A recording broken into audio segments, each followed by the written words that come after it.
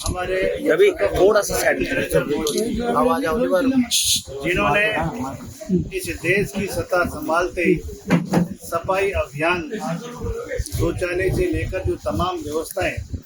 और हर हिंदुस्तान के व्यक्ति को इस मामले में जागरूक किया,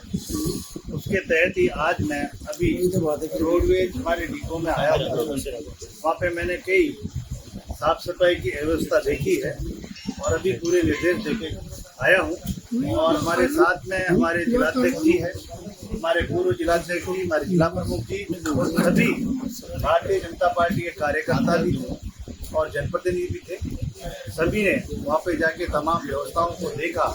और इनमें हम सबकी भागीदारी होनी चाहिए। जो भी ऑफिसेज है, जहाँ भी हमारी साफ सफाई नहीं है या कहीं अव्यवस्था है, उसके बारे में हम सब जनप्रतिनिधि, हम सभी हमारे पदाधिकारी सब मिलकर इस काम में लगे हुए हैं कि जहाँ जहाँ भी इस तरह की अव्यवस्थाएं हैं हम उनको देखें। उसके बाद में मैं यहाँ हमारे कार्यकर्ताओं से मिलने के लिए हमारे अध्यक्ष जी की यहाँ जन सुनवाई केंद्र है, यहाँ पे आया हूँ। निश्चित रूप से हम सबको साफ सफाई के अभियान में और जिस तरह से हमारे यशस्वी प्रधानमंत्री नरेंद्र मोदी जी ने जो काम किया है, अभी अभी तोहफा दिया है जीएसटी का, उस जीएसटी के तोहफे में आम वर्ग, आम सेक्टर को जो लाभ हुआ है, वो इस त्योहार के अवसर पर कोई चाहे बाइक खरीदो, चाहे कोई ट्रैक्टर खरीदो, उसमें 50-60 हज़ार रुपये का फायदा मिल रहा है। और अमूमन हमारे जो दैनिक जीवन में काम आने वाली, रोजमर्रा के काम आने वाली चीज़ें, सारी खान पान की हमारी रसोई बहुत सस्ती हुई है। इसके लिए हम उनका बहुत बहुत आभार व्यक्त करना चाहूँगा। साथ ही हमारे यशस्वी प्रधानमंत्री ने जो आह्वान किया है कि हम आत्मनिर्भर भारत की ओर जब बढ़ेंगे, जब हम स्वदेशी अपनाएं, हमारा जो दुकानदार है, हमारा व्यापारी है, वो स्वदेशी बेचें और स्वदेशी हम लोग खरीदें, जो कस्टमर है वो भी स्वदेशी खरीदेंगे, तो हमारा आत्मनिर्भर का सपना जो हमारे यशस्वी प्रधानमंत्री जी का निश्चित रूप से पूरा होगा। हमारी राजस्थान की सरकार, हमारे यशस्वी मुख्यमंत्री भजनलाल शर्मा जी जिस तरह से राजस्थान को विकसित राजस्थान की ओर ले जाने के लिए उन्होंने हर वर्ग, हर क्षेत्र में जिस तरह से जो विकास के कार्य कर रहे हैं और जिस तरह से हमारे जो ऊर्जा के मामले में जिस तरह से बिजली हमारे को नहीं मिलती थी, आज हम करीब 22 जिलों में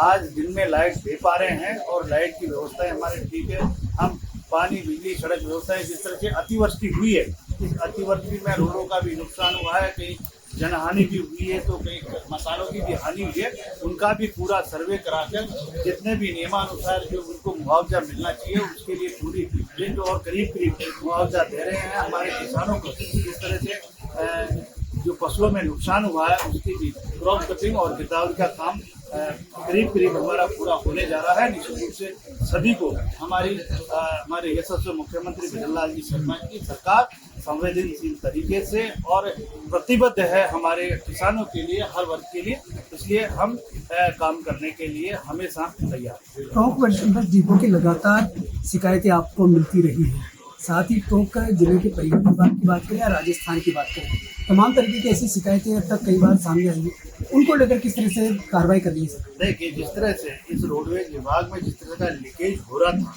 पहले तो हमने उस पर ध्यान देके उसको ठीक किया और इसके बाद में हम जहाँ हमारे बस स्टैंड है, हमारे डिपो है, उनकी साफ सफाई के तो हमारी बसें अच्छी हो, इसके लिए आज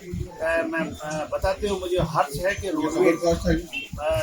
हमारा डिपार्टमेंट है, वो आज कम से कम 1.5 करोड़ रुपए पर डे का एक्स्ट्रा इनकम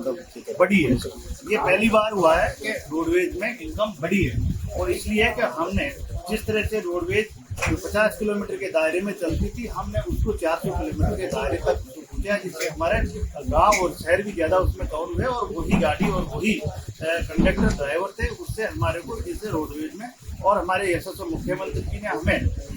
नई बसें भी दी है। निश्चित रूप से आने वाले समय में हमारे को इलेक्ट्रिक बसें भी मिलेगी, तो आने वाले समय में हम पॉल्यूशन से भी निजात पाएंगे और हमें पेट्रोल ईंधन की भी हम बचत कर पाएंगे। तो आने वाले समय में रोडवेज में और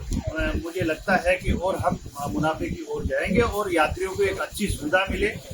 जिनमें हमने पैनिक बटन भी हर रोडवेज में दिया है, जिससे कि कोई भी अगर कोई महिला के साथ कहीं भी कुछ हो जाए तो उसका बटन के माध्यम से प्रशासन को सूचना मिल जाती है, पुलिस डिपार्टमेंट को, तो वो आके उस पर कार्रवाई करने के लिए। इसलिए तमाम चीज़ों को देखते हुए मैं मानता हूँ कि अब रोडवेज हमारा जिस तरह से जिसको घाटे की ओर हमेशा देखा जाता था, उसमें सुधार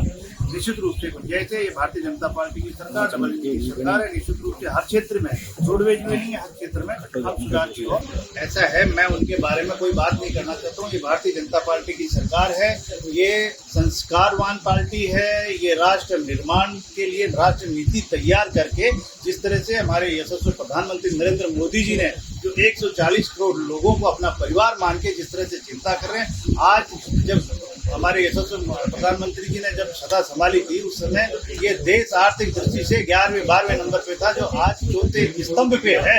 ये है, दिखती है कि माननीय यशस्वी प्रधानमंत्री नरेंद्र मोदी जी ने इस देश के लिए, आज देश को किस भाव से जाना जाता है विश्व में। आप देखिए, जो हमारी पीढ़ियां जिन चीजों का इंतजार करती थी कि ये काम भी कभी होंगे, वो काम करके दिखाने वाले हमारे प्रधानमंत्री नरेंद्र मोदी जी। आज आपने देखो, राम मंदिर का मामला कब से था, लेकिन आज बनके तैयार हुआ। 3 तलाक का मामला, धारा 370 का मामला, ये तमाम चीजें जो करने वाले हैं वो हमारे यशस्वी प्रधानमंत्री और भारतीय जनता पार्टी की सरकार है, जो एक विजन लेके चलने वाली पार्टी है, जो विजन के साथ काम करने वाली पार्टी है। प्रतिपक्ष किस तरह से बात करती है, बिना विजन के, बिना हाथ पैर की जो बात करती है, उसका कोई मतलब नहीं है। जो बात करो, अगर उनमें सलाह देनी है तो इस विकसित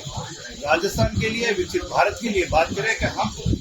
इस भारत के यहाँ रहने वाले लोगों को हम आर्थिक दृष्टि से, हमारा जो अंतिम छोर पे व्यक्ति बैठा, उसको हम हमारी समाज की मुख्य धारा में लाएं। इस ओर हम बात करनी चाहिए।